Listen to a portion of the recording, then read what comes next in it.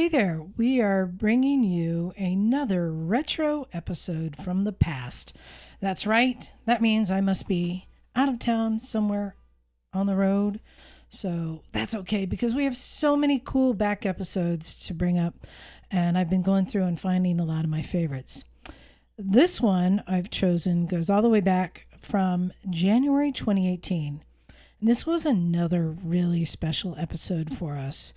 This is one we didn't record in the studio, and it took a while to be able to get this guest to make this happen. We used some of our connections and put it together.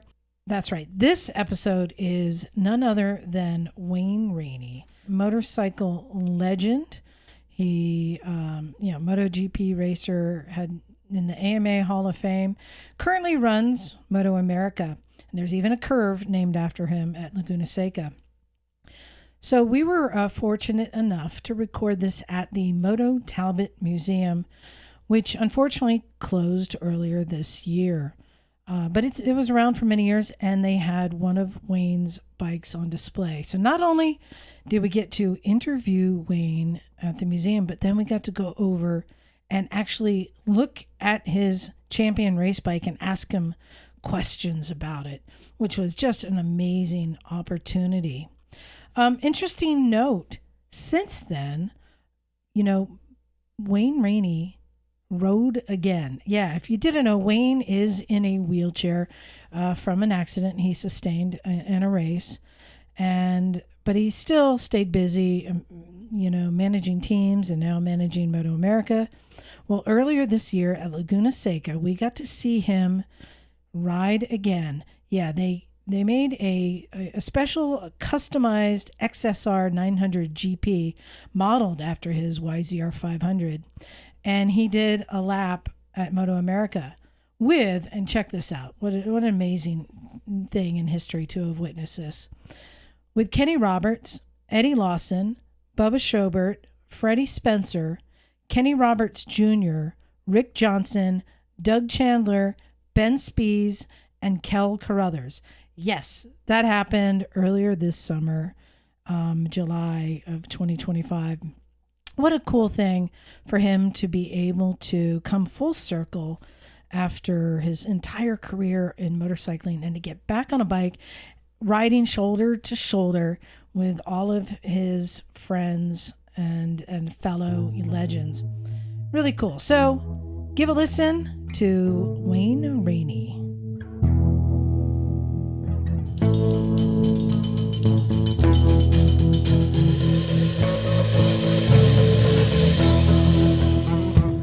Hey there, welcome to Motorcycles and Misfits from the Recycle Garage in sunny Santa Cruz, California. No, it's not. No, it's not. Carmel, California. I'm lying. We're at the Moto Talbot Museum with a whole bunch of cool old bikes around here. But it is sunny outside. It is. It's gorgeous. Exactly. So, hey, in the room tonight, we've got a special episode. I'm so excited. You got me. Hey, this is Liza. Coming up next, we've got Miss Emma. Hello, darlings. Then coming up after that, we've got Naked Jim. Hey. Don't ask, Wayne. Don't. You're not naked now. Also on the couch tonight, we've got Knock. Ah, what's up? Around in the bend, we've got Michael. Howdy. And we're so glad because this is a special episode. It is special. We are sitting here with Wayne Rainey. Wayne, say hi to everyone. Hello. Thank you for having me. Yeah. Thanks for coming on. There's so many things to talk about with Wayne. If you don't know who he is, let me just kind of run down this shopping list. Let's see. AMA Grand National Championship, 3-time 500cc World Championship, Daytona 200. He's been a team owner. He raced supercards. There's a curve at Laguna Seca named after him. He's currently president of the MotoAmerica Racing. He's in the AMA Hall of Fame. He's not just that, he's a legend, which I thought you had to be dead to get, but I guess you don't. Me too. And also the International Motorsports Hall of Fame. Did I miss anything, Wayne? You might have added something in there that I don't believe I am. I think the first thing you said was Grand National Champion. AMA Grand National Championship? That I never did. Made that up? All right. No, Wikipedia, fix that. and I will say husband and father too. That's right. I was going to mention that. That's what I'm most proud of. I was going to say that's the important stuff. If I could add, he's extremely well groomed and handsome. Thank you. But for those who do know, have heard the name Wayne Rainey, you've also probably heard names like Wes Cooley, Kevin Schwantz, Kenny Roberts, Eddie Lawson. To me, these are household names in motorcycling, and these are Americans. And I ask people, can you name a household name in racing, an American in racing today?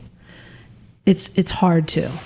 So the first question, Wayne, is why do you think that is? And I think this will segue into the Junior Cup. But why do you think that is? Why is it? Where's the lack of American racers right now?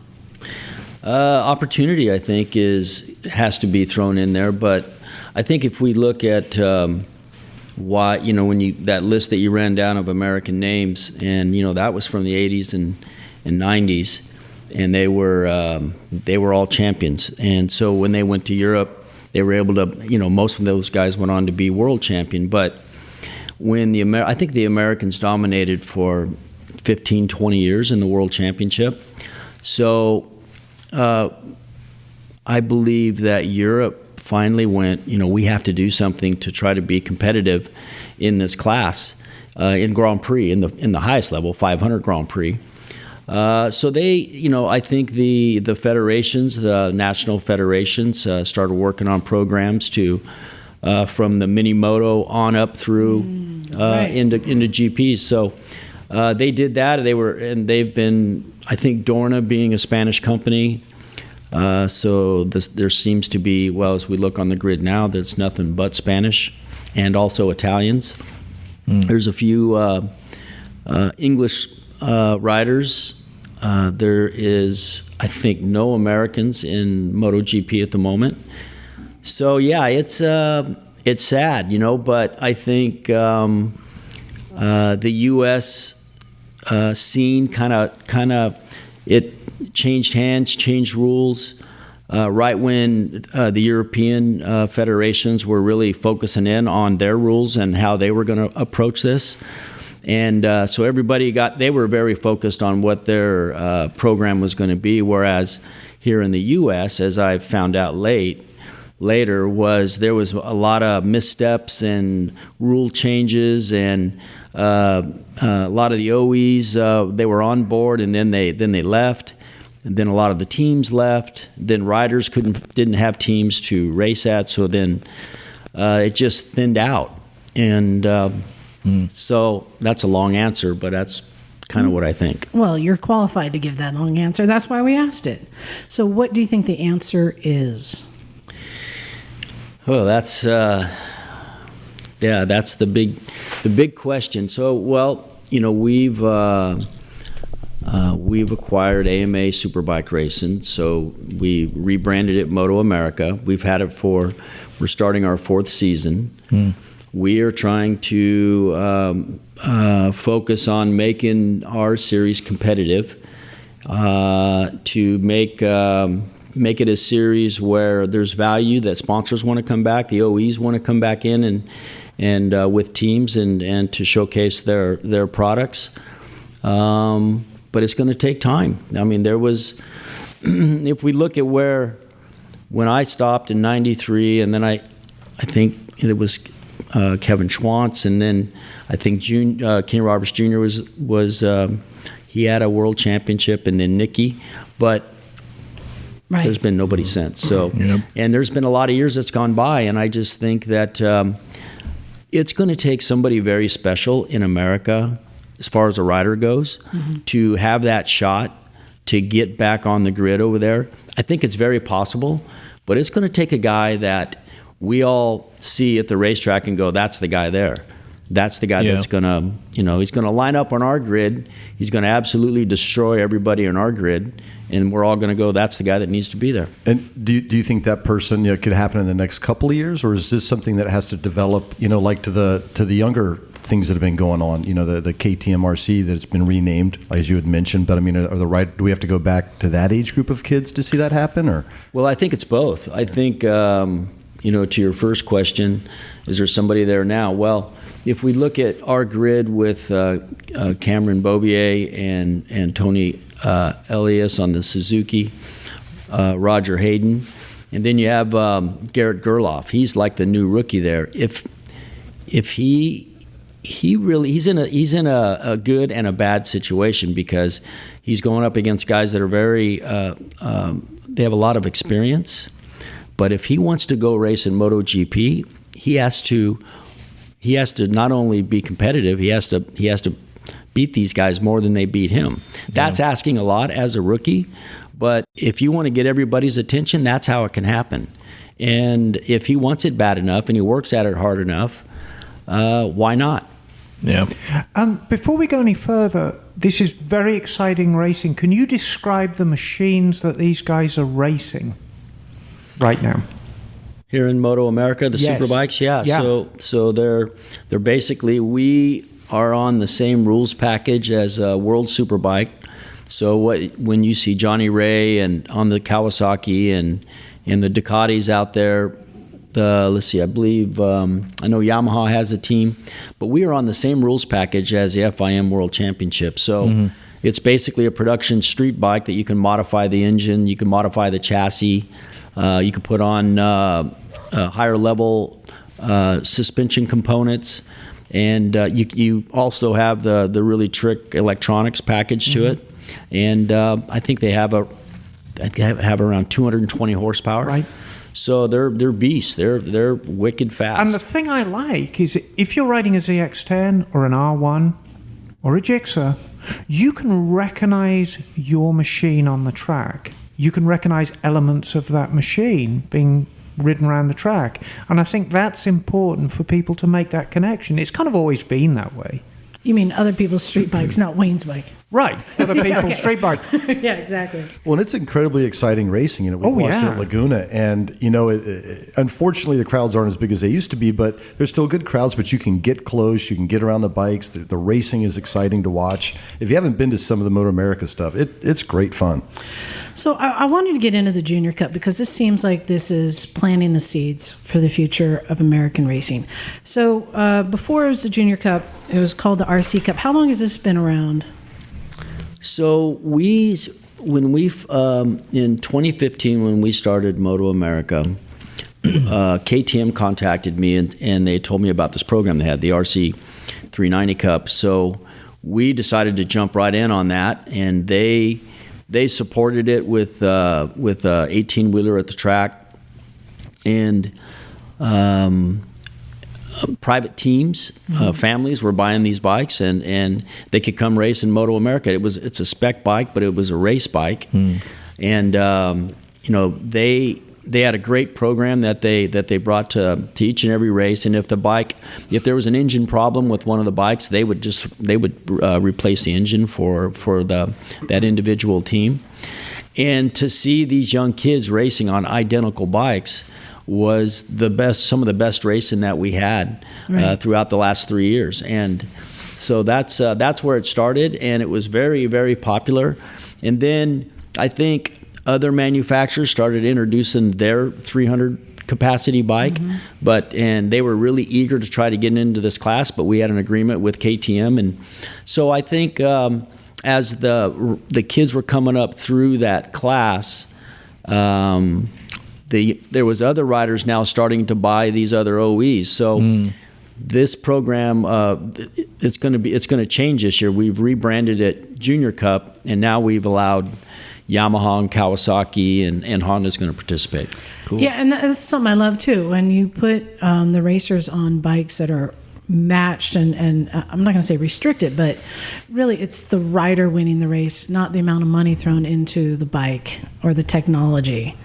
And for the Junior Cup, it's 14 to 22 years old. Is that right? So that's what it was with the KTM class, but we've now extended that to 25. So it's 14 to 25. Mm-hmm. You know, the other thing I really like about this stuff, and maybe it harkens back to your Ascot days, is it's family oriented, right? You're saying these are individual teams. It's not, so it seems like families coming together racing these bikes, which seems like it's really important for the sport, to have family involvement and, like you as a little kid growing up in it. And I think the more that you can involve families in the sport, it's another great way to grow it. Absolutely. If this program would have been around when I was 14 years old, I would have done really well in school to make sure my family would give me an opportunity to go try this. But for sure, this opportunity to come and race in this series and race in front of all the big superbike teams and in front of all the U.S. fans, if there's talent there, you're going to get spotted for sure. And you've already had people move up, right, from the RC series? Yeah, we've had Brandon Pash and Braden Ort, and they've been very successful, and they've moved on into the 600 class. They'll be challenging for that championship this year. And Brian Smith, he won our championship last year. He's moved up. And then there's a whole slew of new kids coming into the class. We feel at some of these races this year we'll probably. Well, I've been told we're going to have over 70 entries at some of these. Wow. So they're going to have to qualify to make the show because you can only allow, I believe, no more than 40 bikes on the grid. That's a huge grid. But and by opening it up, because now you're talking about like the Ninja 300, the CBR 300. There's a bunch of bikes. R3s, of course. R3s. A lot of great bikes for this series. But you mentioned Kawasaki just introduced that new 400. I think it is. Yeah. Oh, really? BMW's even got a 3 on the map right now. Yep. Yeah. Yep. So, but you mentioned if this had been around when you were young, because let's go back to how you got into racing. I think your beginnings came, like many racers did, on the dirt down in Southern California. So, and is this something that you always wanted to do, or is this something that your family got you into? It's something I always wanted to do. I've always been around motorcycles. My father was a tinkerer. He raced soapbox derby, and then he raced go-karts. And then he started racing motorcycles. And then he started tuning. He had his own bike that he would prepare, and he had different racers race it at Ascot Park. Ascot was, I lived down in Southern California, in Downey, California, and Ascot was in Gardena, which was about a 15-mile drive. And they raced every Friday night. And so I would go up in the grandstands, and I'd watch all the racers. I think I was about 6 years old when I first went, and I knew all the racers' names, their numbers. And that was all I thought about in school. I was drawing flat track bikes and that was it. That's all I thought about. Now, what year would this have been? What year would that have been? So that would have been about 19. So when I first started going to Ascot, it would have been 1966. Okay. And just so you know, Jim's daughter rides an FT500 Ascot. Oh, is that right? Yeah, exactly. Well, you haven't really won until you've won at Ascot. Exactly. It was a beast of a track. Yeah. But that would have been a very, very interesting time because the British dominance in all forms of motorcycling was really on the wane in the mid-60s, and the Japanese were coming up really strongly. That's exactly right. My father, I think the first bike that he purchased was a Yamaha 60. It was a street bike. I don't know the model name, but the first bike that he built for me was a step-through Honda 50. And basically the step-through it looked like it had the cradle, right. So you'd set on the fuel tank. So, but where the down, I think they call it the down bone would where it was fabricated into the fuel tank that you sat on, at the bottom of that is my dad made a little seat that I could. So I was sitting down in this thing with the handlebars up here. So Chopper style. yeah, Fantastic. exactly. Nice. I think I was 6 when all that happened. Yeah, There are Vespas that have that seat like that. yeah. So, what was your first bike that you got racing on? So my first bike was a Z50 Honda. Yeah. I didn't know they called it that, but they mentioned that name. I was at a museum a couple weeks ago, and they had talked about this. Have you ever ridden a monkey? And I said, You're like, excuse me? It depends on what you're talking about Pardon here. I've ridden a few bikes that felt like monkeys. Right. Well, I think Liza, we were looking at a picture of you, I think, back in the day on that monkey there's a bike. picture of you There it is. on the monkey bike. That's awesome. And Both wheels are off the ground, if I'm looking at it correctly. you have to tell a story though about what your dad did to make this bike Competitive. faster. Yeah. I love this story. Well, my father was very, very competitive and very strict with his kids. So we had to stay out of trouble if we wanted to race. And so when back then, the rule was if you were 9 to 11 years old, they had to race on that bike, that Z50 was considered 1 to 3 horsepower. So, but what that meant was you just had to have, up to 3 horsepower. So I was racing against Kelly and Sean Moran. They went on to race World Championship Speedway racing. So, and they were riding a bike that you could buy at Sears, and it was a Tecumseh. Yeah. And it was considered 3 horsepower. And it had a The pull start. yes. Yeah. They still So make rigid. lawnmowers, That thing as I was recall. brutal. But it was considered 3 horsepower, but it had a 120 cc piston in it. Yeah. And they were had so much more torque than we had.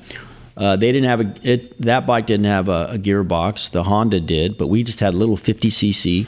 And they were absolutely destroying us. So one day I was walking to school. I think I was in the 4th grade, and my dad pulled up and said, and when I saw him, I thought, what have I done? And he goes, get in the truck and don't tell your mom. And so You're like, oh no, it's worse than I thought. yeah.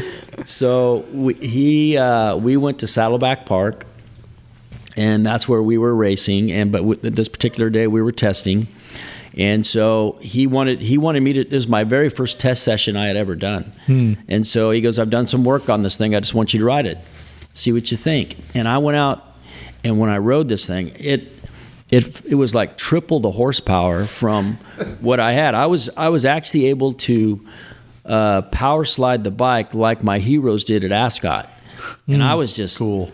It was just amazing. And so I go, Dad, I go, what have you done to this? And he just said nitromethane. But wait a minute, bit of the Rich. juice But wait a in minute, there, huh? that can't be legal, right? Well, that was one thing that my father was also very adamant about, is that he would never ever cheat to find a performance game. So he read the rule book, and the rule book just said you must have fuel. It didn't say which kind. And but I remember back in those days, you would have 200 little mini bikers all lined up in a huge pack, and then it would funnel down into like 2 lanes to go out onto the track. And so normally you're just sitting there idling with everybody else. But this thing, because it was nitromethane, had a real foul smell, and it would burn your eyes. And Kids are passing out. yeah, it was terrible. So That's the other advantage. Yeah. They can't race when they're unconscious. that's right. So as we were getting up close to go out onto the track, my dad said, "Okay, fire it up." So I fired it up, thinking I was going to go out, but they had stopped right before I went out, so I had to sit there and idle. And then the next thing you know, people's eyes are burning, and the fathers are taking their kid and just yanking them off their bike. And nobody had no idea what was going on. You guys are running a little rich down there. What's going on? But we destroyed everybody. But I heard that there was a protest. that came in about this bike. Yeah. My dad was pretty good for getting protested. So, Mr. Rainey, we'd like to talk to you about your bike. well, they protested him, but they would not put up the $25 to tear us down. And that really, so they would call us a cheater, but they wouldn't tear us down just to check everything. Mm-hmm. So my dad put up the money and tore himself down just to show everybody. Nice. So did they ever go, no more nitromethane, must use regular gas? No, you know what happened to that was my dad helped one of these other racers. A buddy of his his kid was racing, and then so this was kind of we had this secret for about, I don't know, 3 or 4 months, and then Steve McQueen showed up, and he started, his boy Chad McQueen was racing against us, and this friend of my father's saw Steve McQueen as a big star, so he thought he'd go over and share this. Hey, this is what we're doing here, and Steve McQueen thought it was the greatest thing, and then he went over and told the racing sanctioning body and said, "You know what that Rainey kid's doing over there? You know what kind of fuel they have in that mini bike?" Yeah, he's winning. That's what he's doing. So it was outlawed after that. Yeah, nice. It's kind of cool that your dad was the guy that got the rules changed. It's like he's that guy. I found that advantage. Throughout my career, my dad built my stuff. And I remember when I raced after mini bikes there, then we went and raced. My dad always wanted me to ride a bike that nobody else was racing on. So I grew up with Eddie Lawson. But if that doesn't make you a better racer, I don't know what does. Well, that's right, because we didn't see a lot of checkered flags for many years. We didn't have a lot of money, so my dad would if everybody was racing Kawasaki 100 Green Streaks, I was riding a TM90 Suzuki, and then we would get floor sweepings off. We had a friend that worked at Suzuki, and he would give us floor sweepings, so we'd have some spare parts. But I was a 3-year novice, and I raced and this is in District 37 in Southern California, racing dirt track. So I was I think I was 12 years old, but. So they had these, in District 37, you would race on weekends for points. But during the week, and down in Southern California back in those days, you could race every night somewhere different, a dirt track down there, within a 50-mile radius. But we never did finish a race for 3 years. And all the kids that were my age that I was racing with, they went on to be experts in District 37. And here I was a 3-year novice because we just never saw the checkered flag. Yeah. We'd be winning, but the thing would disintegrate. So I have a question for you.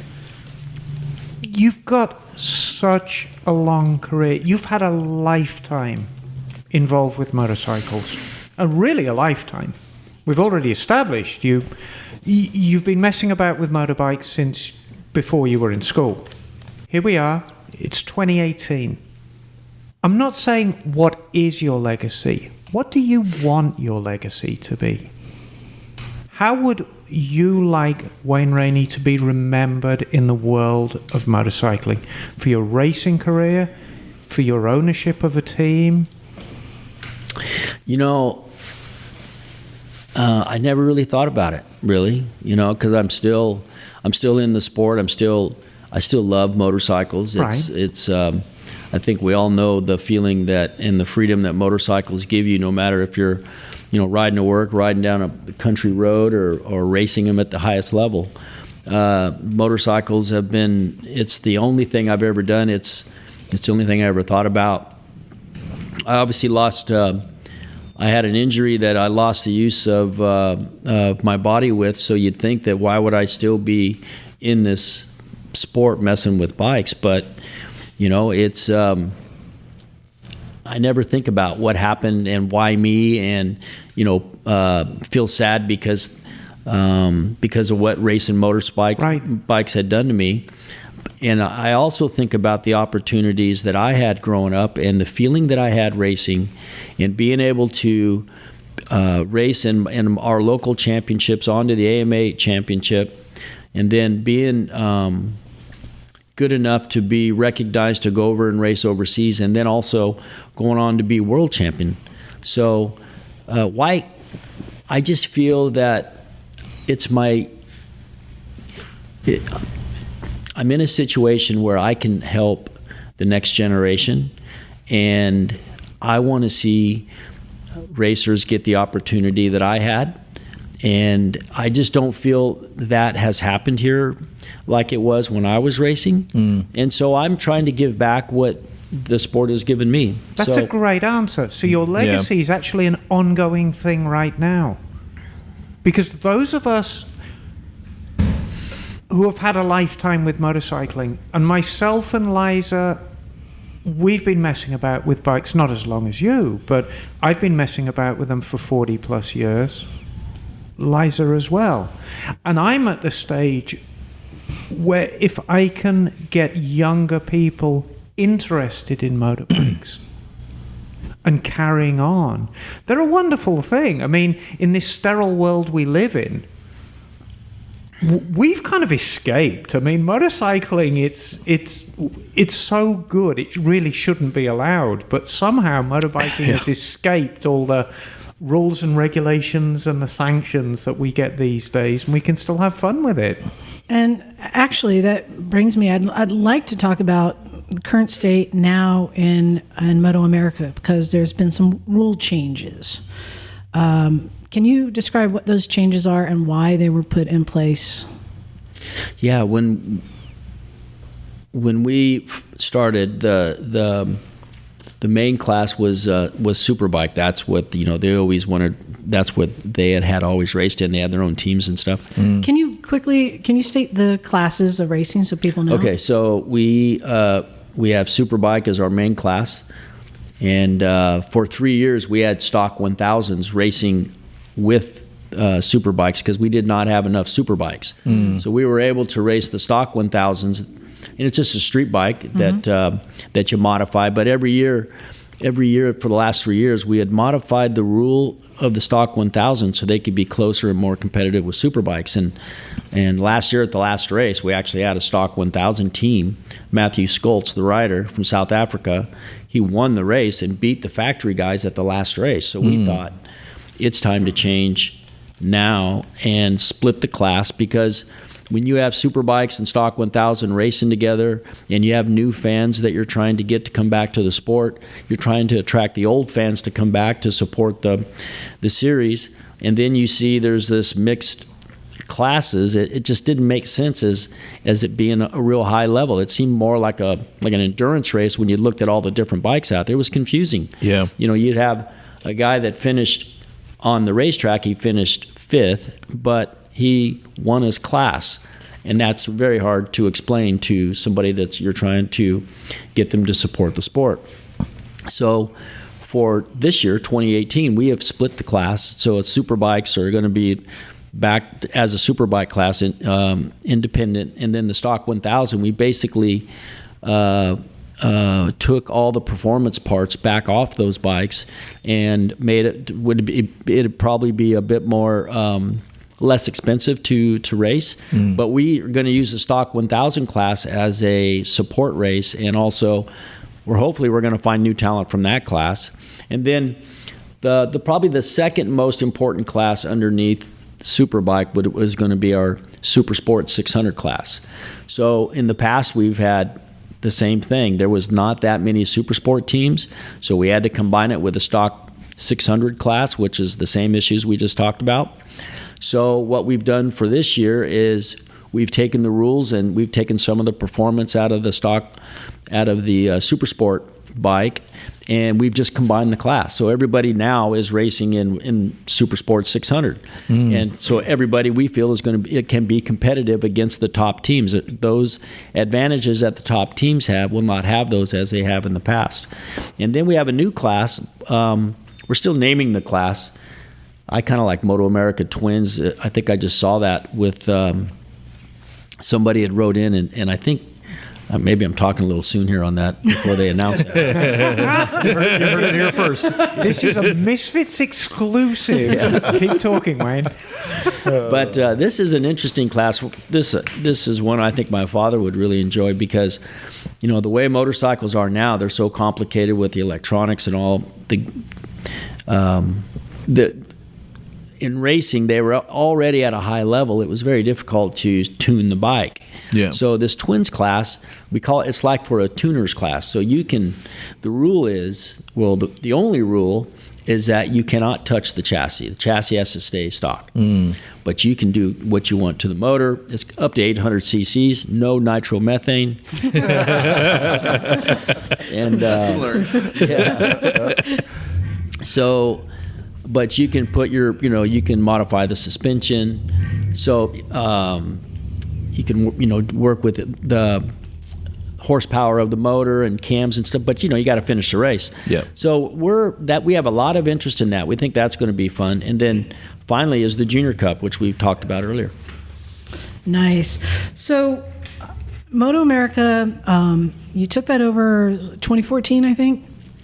2015 was our first year. 2015. But you were also a big part of bringing racing back here to Laguna Seca, weren't you? Yes. So thank you. Yes, thank you. Because I was there for that first GP. Is that right? That was huge. Yeah, that kind of caught everybody out. I think there was over 160,000 people there for 3 days. Yikes! Wow. And there was it's like Europe. Yeah, it was. It really was. They had to limit it. After the first year, it was the most people they had ever had inside that facility, even when the Pope visited. Wow. Yeah. It's a higher religion. Yeah. Yeah, that's right. National religion. Yeah. And so when we brought that in, there was a 6-hour line. It took some people 6 hours to get out of the place. I remember that. Yeah. So there was a lot of adjustments, and then they had to redo the track a little bit. They had to resurface it, I think, a few times. But yeah, Jill Campbell there had talked to me about, do you think we could get the MotoGP here?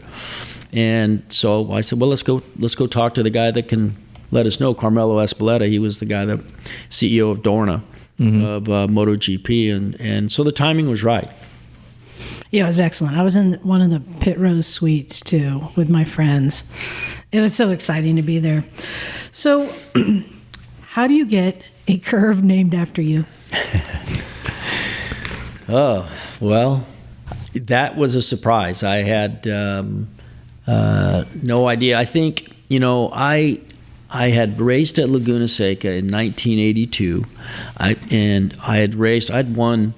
I'd probably won nationals out there. I probably won over 10 nationals here at the track. I ended up moving up here because I enjoyed the area so much. And being down in Southern California, I could not train the way you needed to train. So we built a house. My wife and I came up here, and I was actually in the house about 6 months. And then I had my racing accident. And so I guess, I don't know how much time had gone by. I guess about, I don't know what year the GP came back. Was that 06 or? Yeah, it was like 13 years ago, I think. Was it? I'd have to look it up. Yeah. I think it was in that. Yeah. So from, after my accident, I had, run teams, and then I'd stopped that after 5 or 6 years, and then I was just home, and then we got the GP back, and so they named that corner. I was shocked. Except I still have to go out there and sweep it to keep it clean. And Liza, there is actually a corner at Laguna Seca named after me. Well, I should point out I am changing my name to Miss Corkscrew, but nevertheless, it amounts to the same thing, right? Nice. But if you want to watch some exciting racing, watch some of the racing you did at Laguna. What was the race? It escapes me at the moment where you did something in the qualifying and you had to or misstart and you had to start at the back of the pack. Yeah, so that was in Superbike, and Bubba Schobert was my teammate. He was the best man at my wedding, and a guy I got in a lot of trouble with. And but this particular day, he was also a betting man, and so I bet him $1 that I could beat him to the first turn, and we both ended up jumping the start. So we had to start the main event from the back. And so I got the $1 though. Yeah. Well, the amazing thing. So I'm watching that race, and the amazing thing is you start in the back, and I feel like I blinked, and you're in 8th place. It was amazing. It was just such an exciting race to watch. It was great. Goosebumps. Well, that was the old circuit. So that was when turn 1 and 2 was, 4th and 5th gear. It didn't have the loop, the Andretti hairpin loop that they do now. And it was that track was an amazing track to ride on. And of course, I was on the factory Honda there. And I think the carburetors on my Honda probably cost more than a couple of the guys' bikes that I was racing against. It was a pretty special bike. Yeah. Yeah, So- Honda have always enjoyed their technology, haven't they? Oh yeah. Yeah. So, but we did mention though, it is very well known you did have a career-ending crash on motorcycles, but it didn't end your career on the track. One of my favorite headlines that I found, and I wish I had seen this. This is the headline in an article: Racing legends Rainey, Roberts, Lawson, and Rossi to kart today at Laguna Seca. Oh my gosh! Was this at one of the races, or was this a karting event? And how crazy was it?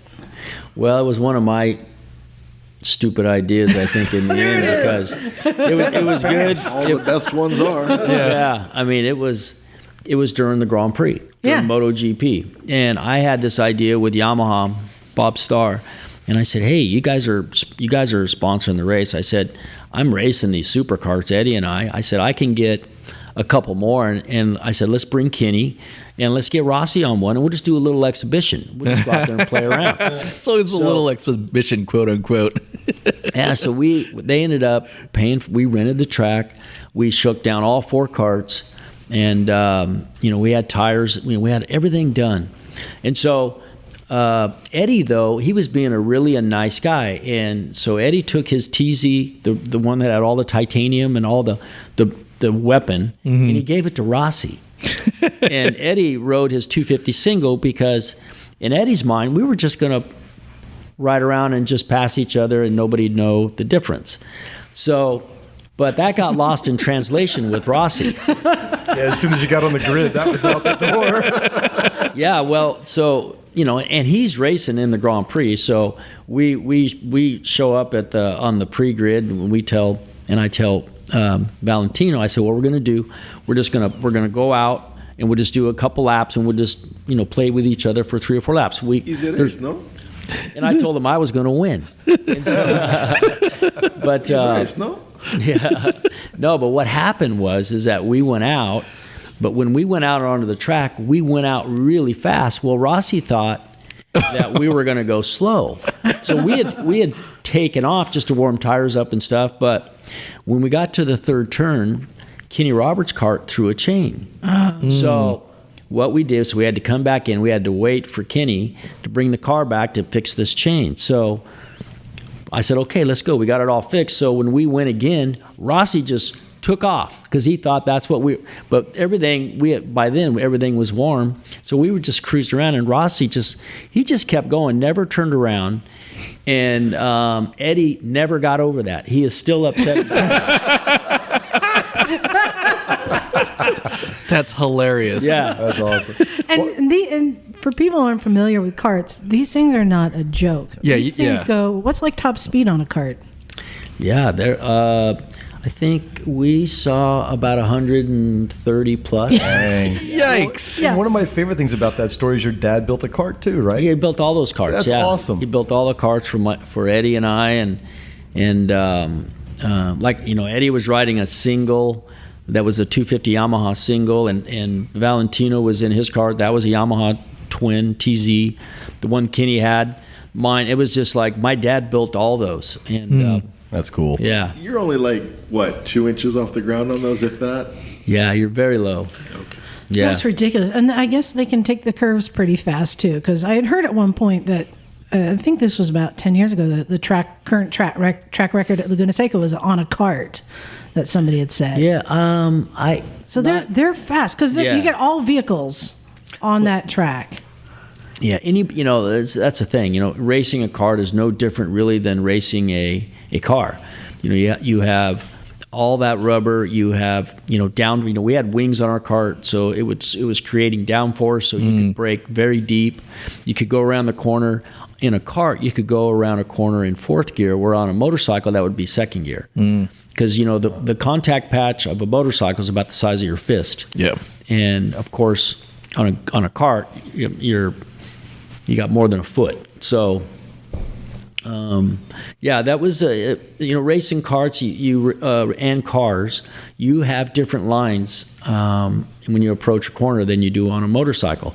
So there's a little adjustment there between racing cars and bikes on how you approach corner. Now, I'm just curious, though. I mean, so you're in a chair now. Does that stop you from racing? Like, are you still going out there on vehicles or chairs? And do you just still are you competitive? I was. So after my racing accident in '93, Eddie Lawson and my father built me this kart. And so they put a roll cage on it, and karts are made to flex. They're not really made to have a roll cage.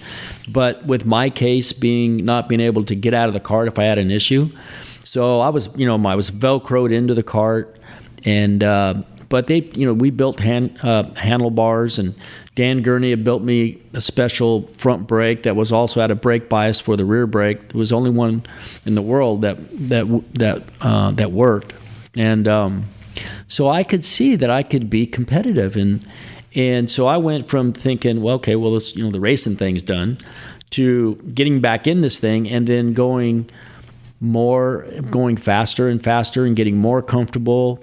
And then I'm signing up and I'm racing against other supercar guys. And now I'm traveling to, into Arizona and to Vegas, and I'm doing all this racing. And then finally, I think it was Firebird Raceway, Eddie and we were racing each other, and I held off Eddie until the very last lap when I missed a shift. And so I was pretty competitive, considering I couldn't feel nothing below my chest. Yeah. So, I was and that was the part where I had an issue on the track where I was a real fast turn, and as they say, when you drive by the seat of your pants, I was driving by my shoulders. So when the cart stepped out in a fifth gear corner, I was late to catch it.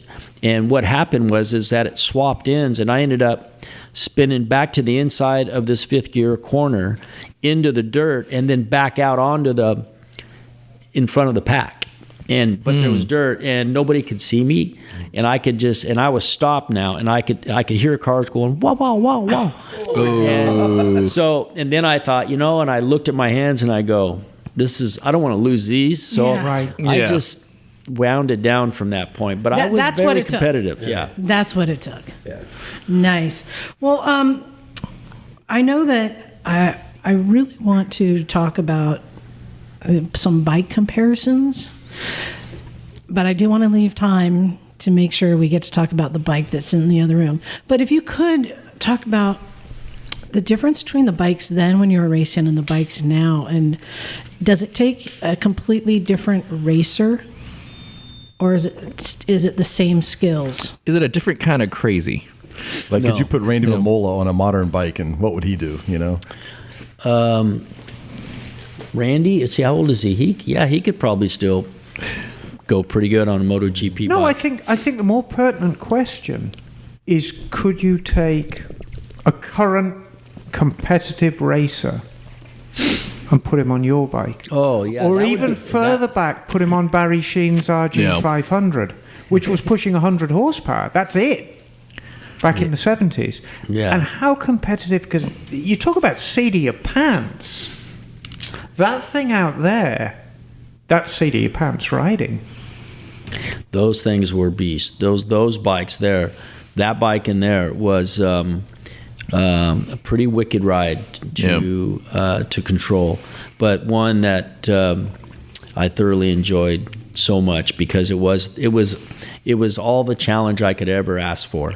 And, So what do you think Rossi would do with it?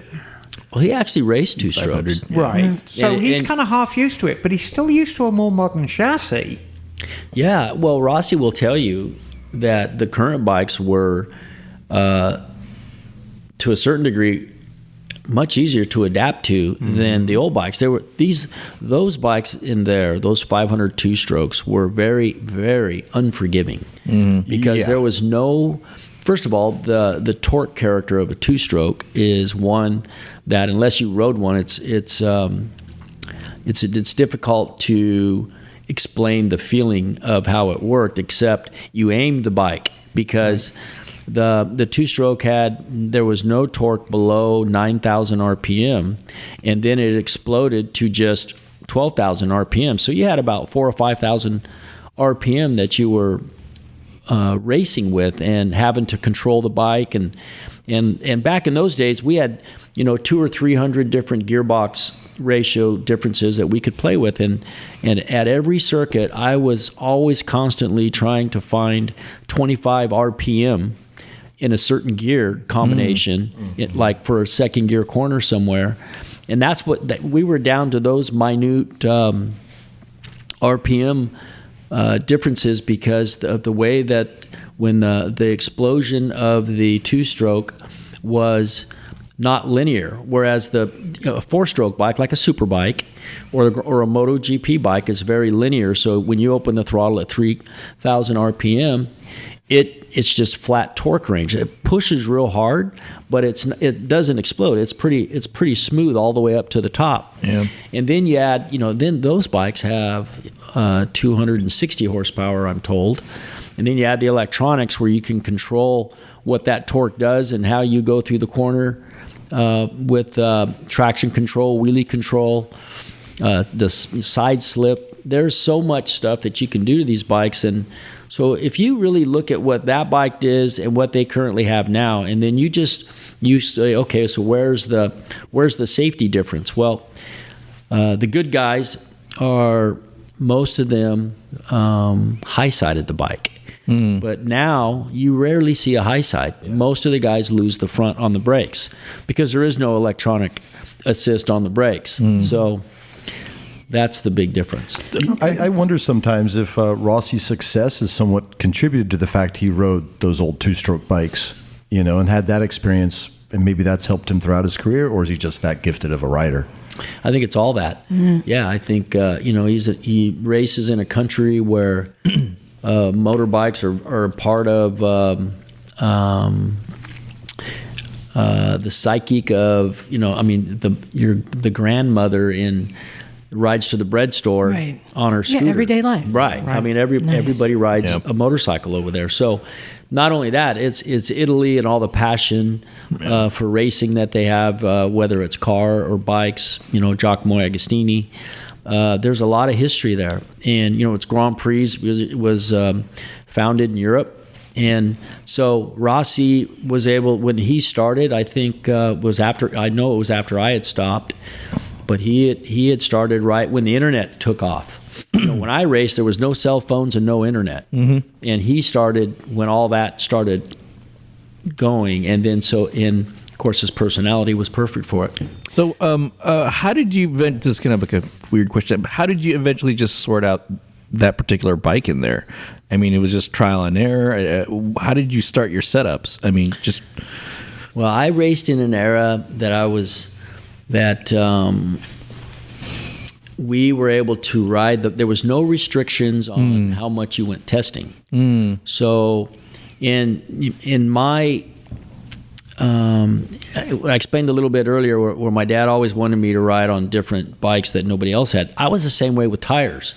So most of my competitors in Grand Prix raced on Michelin tires. Well, I raced on Dunlops. So being the sole Dunlop Works team, I would develop the tire specifically to my style, which was really an advantage. Yeah. And many times I won a Grand Prix in the first 5 laps of the race because I could gap them because I had tested in 4 days. I'd test 500 tires. Wow. So I would get pretty doggone good on cold tires of what it was like, what the bike needed to do. Yeah. And so when the bike was moving around at the beginning of the race, that was all easy stuff. Yeah. Well, speaking of the bike, right in the other room, we have the YZR 500 from the 89 series.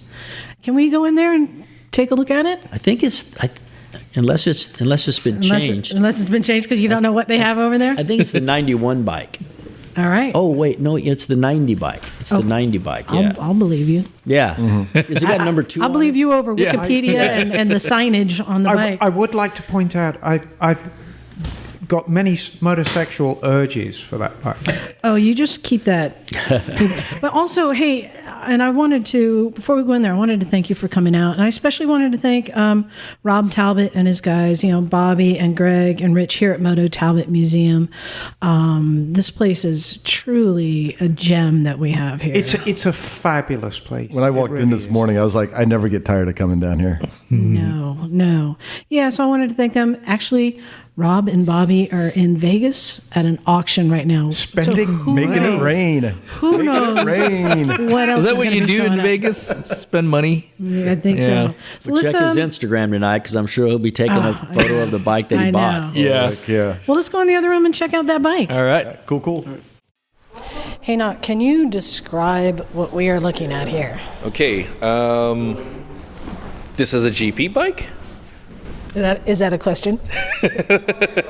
Now, what it looks like, from what I can tell, this is the forefront of 1990 of motorcycle technology.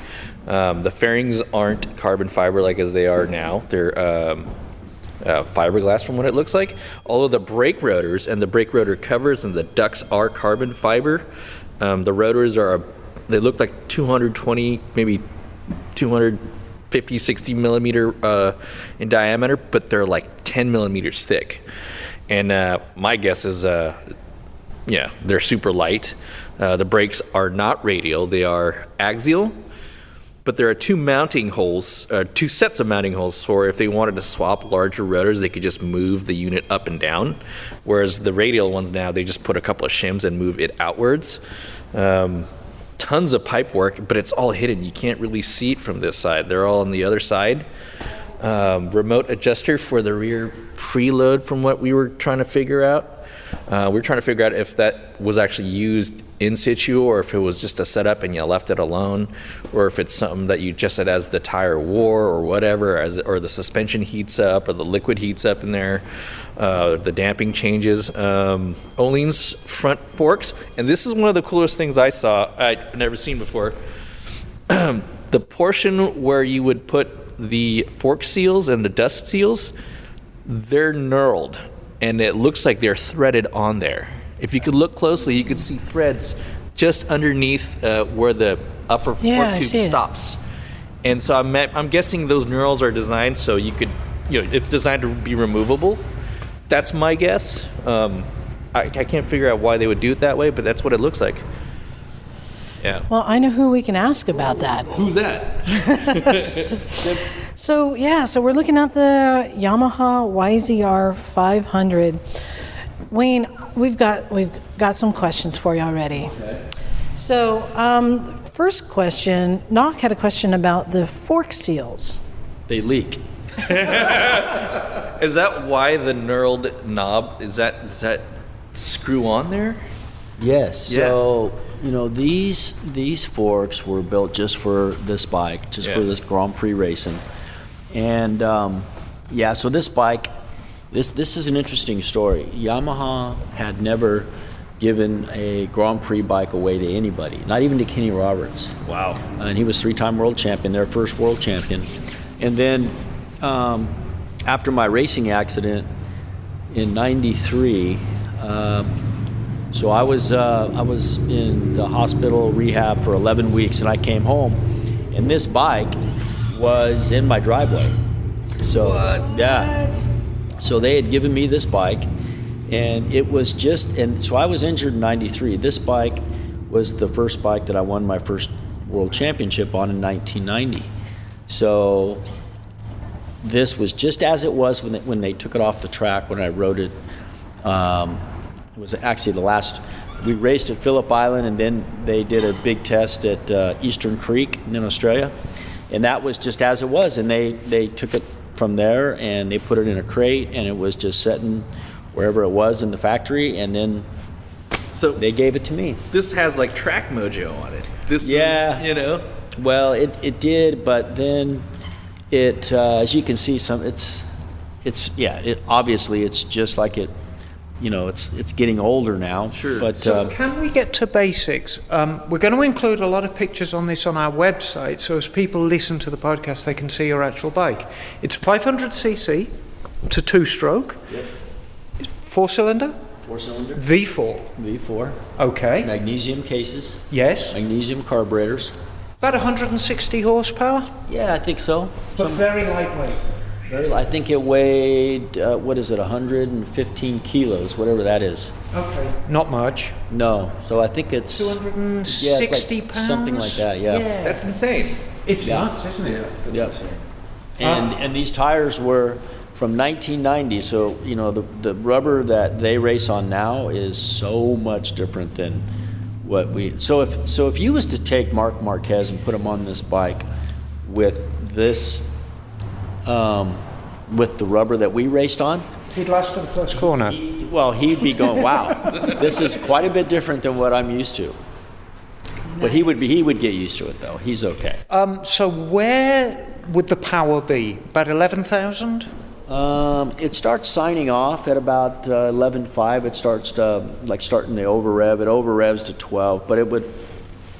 So most corners, when I would start to pick the throttle up, would probably be around 8,000 RPM is where it starts to run. Mm-hmm. So if I was to open the throttle in a corner at 5,000 RPM, I'm just got it on idle. With these bikes, the dangerous point on a Grand Prix 500 two-stroke was at maximum bank angle underneath the power band, because the thing was loaded up. And then when you just open the throttle, it just starts to idle, it just starts to run. But let's say you're in a fourth gear corner, so you're going well over, close to 100 miles an hour, let's say. And then as you start to get it close to 8,000 RPM is when it starts to run, it starts to go. And so I always called it being ahead of the bike, because at that point that's when all the action starts. And so I was always trying to predict what the bike was going to do before it happened. So that's why I think I had success the way I did, is because I had tested the tires so much and I had ridden the bike so much that I anticipated what it was going to do before it happened. And I'd imagine too, the tires got drastically horrible towards the end and became more unpredictable, or is that one of those things that you kind of got an idea of how unpredictable it got? Yeah, back then, there was times when I would be testing tires on race morning, still not knowing what we were going to race. It's quite a bit different now because everybody's got to basically choose from 3 or 4 tires. Back then, especially when you were the only manufacturer on Dunlop, then it was very critical on where the performance of the tires started to drop off, and they all did in those days. So sometimes you have to give up a little bit of performance just so you could have a little more performance at the end of the race. So there's always there was a strategy to it. Awesome. Well, I want to thank you for coming out here today. I know you got to get onto the road. I hope in the future we can meet with you again, because we'd love to spend more time getting into your past career, but also as things are unfolding and happening in MotoAmerica. So the new season starts, is it March? It's in April, and our first race this year is in Atlanta. So it's 1 week before the MotoGP race in Texas. That will be our second event. But then we're racing in Sears Point.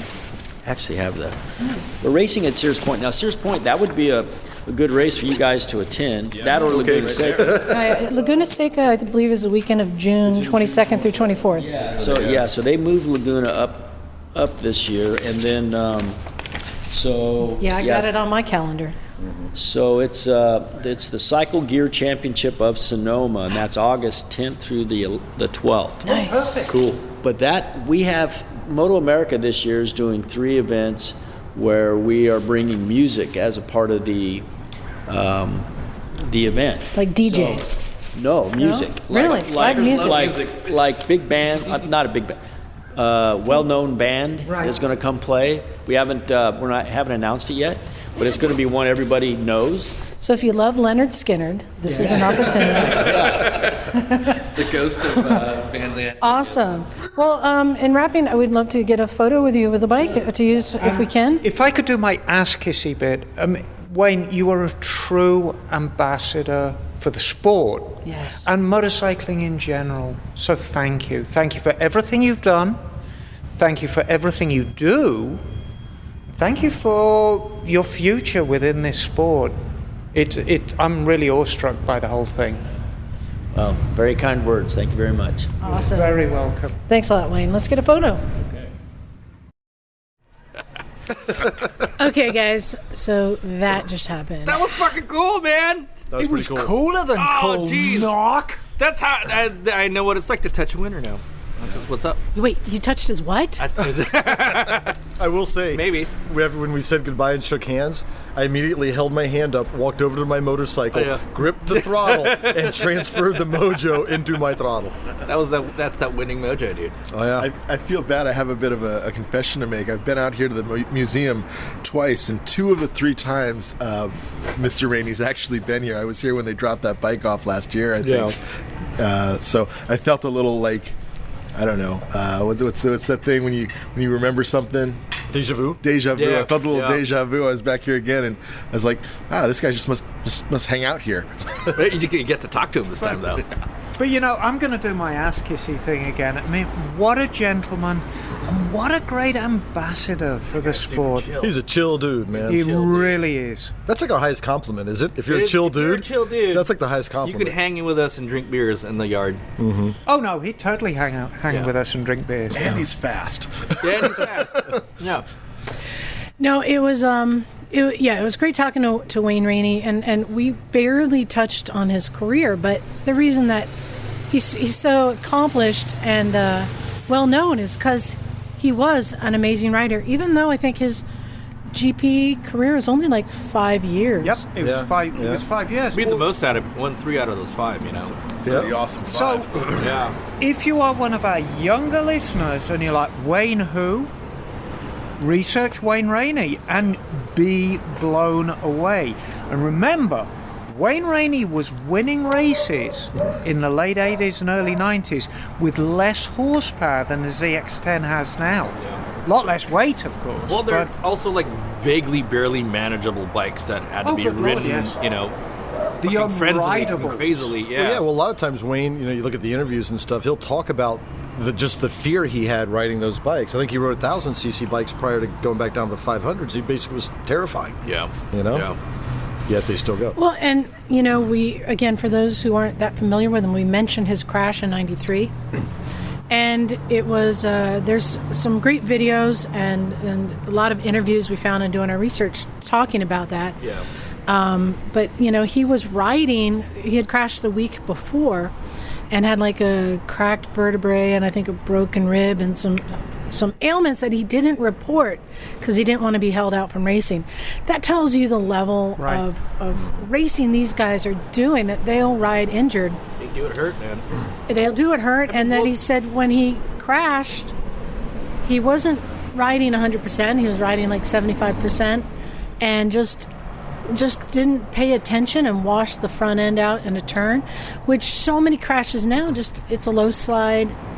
You don't get injured. But I was going to say, this is why there's been so much more technology into the corners in tracks, because he went off the track and into the gravel, but there were some like ditches or bumps in the gravel. It's like raked gravel or something they call it. But I was watching MotoGP. They got the testing has started for the coming season. And I think they're in Spain, and they were talking about Marquez. And I want to say they said he crashed, not in actual racing, but on between Saturday and Sundays, mostly on Saturdays, crashed like 47 times last year. Yeah. And they showed every one. It's like a little short clip you can watch. And that's just now crashing is part of racing. I mean. And anyway, very different times. Well, and also, I think MotoGP just announced that they're going to require riders to wear the airbags, airbag suits. Mm-hmm. So there's airbags. The technology and the safety gear, technology and the bikes, technology and the tracks that prevents accidents like that from happening today. But I love that didn't stop him. No. And he went from that to becoming a team owner, and it just shows that we say we were born this way. We're riders, and even if you can't swing a leg over a bike, it doesn't stop you, and it doesn't stop the community from accepting it. Right, and I don't know whether you read between the lines when I asked him about what he wanted his legacy to be. The subject of the accident came up, and his overcoming that, and he specifically said, it's a life-changing accident. He couldn't feel anything below his chest and still can't. So rather than sit at home and feel sorry for himself, he's overcome and is still very, very active in the motorcycling community. That is a hell of a legacy in itself. Yeah, you figure, for anybody here that knows, or anybody who does racing, when you're going 100-something miles an hour in a turn or whatever, you're doing your thing that makes motorcycling special and amazing for you, how do you just don't give that up. I mean, if you're super into it and you realize you're in this for life, you just don't give it up. You get into it somehow, some way. It's always in the periphery. Like, you might be in a car or something and you see somebody zip by and go, oh fuck, what kind of bike is that? Like, you know what I mean? It's always there. So I mean, you really see that with Wayne. Well, and then the step beyond that is he's taken that passion for motorcycling and giving back and trying to bring the fast bikes back to America, find those new American riders, inspire them. It's amazing. Get back to Emma's legacy comment. I think what better legacy than to do what he's already done, which is bring motorcycling to America, like when he brought MotoGP to Laguna. I think about like how he was kind of forced to be a misfit because his pops would always give him these shit bikes. And like you got to figure this out, dude. Like, and what do you do if you're a misfit? You end up having to figure stuff out on your own. A lot of the times, I also really loved how often he mentioned his dad. Yeah. From his beginnings of his career, during his career, to after his career when his dad is gone, how things he's so proud his dad got to see or wished he could have seen. Yeah, when he got back on the track with those karts, it was his dad that was building those karts. I mean, that's pretty cool. I mean, that's hell of an enabler, I tell you. Right, yeah. Yeah. Liza, what was your favorite part of the interview? I just love how easy he is to talk to, but also the fact that it's kind of underplayed. We've been talking a lot about the give a shift movement and how do we get, motorcycles back on track here in the U.S. And the thing is, there's no American racers in the GP, but there's not a lot of Americans attending races right now. Yep. That's the thing. Even, MotoAmerica, like going to the races and experiencing this amazing culture, Americans aren't doing that. But Wayne is doing what he can to make it better, not just from making it affordable or easier for younger riders or for current riders, making it affordable for their bikes, but also, as he was talking about, in this coming year, MotoAmerica bringing bands to the events. He's trying to attract more people. So he's a huge player in American motorcycling right now. You know what struck me, what he said in that interview, was he wants people to have what he had. Yeah, have those experiences. Yeah, and that's that's like, aren't we all like that as motorcyclists? It's like, motorcycles fucking awesome. Well, it's great to share, right? Yeah. Right? Yeah. So, go check out Wayne Rainey. A lot of the stuff we were talking on came from interviews we found on YouTube. I'll put some links in the show notes for some of these videos. And I encourage people, go to the races. Go to the races. There's a lot. I mean, I was looking at the Misfits calendar, and I think we should post kind of the Misfits calendar up because it's starting to come together.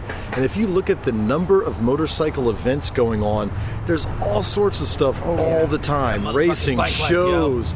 I mean, it's really exciting. But go watch stuff. And pay that money. It doesn't matter what kind of racing. Oh, Harley's coming by. Oh, Harley! It doesn't matter what kind of racing you watch. I mean, my mind goes back to vintage days. Yeah. Seeing that vintage racing, oh my God, that was it's edge of your seat stuff. Yeah. So find your local racetrack, find out when they're racing motorcycles, go see it. It made me think. So we're going to go to AMA Vintage Days, and they have the vintage racing. Hey, Greg, any chance we can borrow Wayne's bike for the vintage races this summer in Ohio? Yeah. What could go wrong with that? Knock, you want to ride it? Yeah, why not? Why not? Write it out. Who wants to live forever, right? Right. Yeah, that thing should just start right up, right, Greg? Yeah, a little bump. There you go. There you go. So, yeah, big thanks again to Greg here, Rich, Rob, Bobby, everyone at Thanks, Greg. Yeah, Moto Talbot Museum. We're Thanks to sitting Moto here Talbot. in the sun enjoying sandwiches at the table. Not only can you come check out bikes and talk about It's fucking nice out here. talk about bikes, but they've got nice chairs and tables out here. You can just hang out and just soak it up. And then you can ride up Carmel Valley Road out. Right. Oh, You know, yeah. go east of here for some of the best motorcycle riding everywhere. Out to Coalinga or wherever you want to go. I think Liza's lunch choice should get an honourable mention. I agree. Liza is in possession of the largest Rice Krispie treat I have ever seen. It's a Rice Krispie Go eat loaf. that. You go eat that. It's like Go eat all that. it's like a brick. You're gonna get instant diabetes. Can I help? Can I have some? Yeah. Get the beatus. I think a better choice would be throwing it through someone's window and doing a smash and grab. Just like bunk.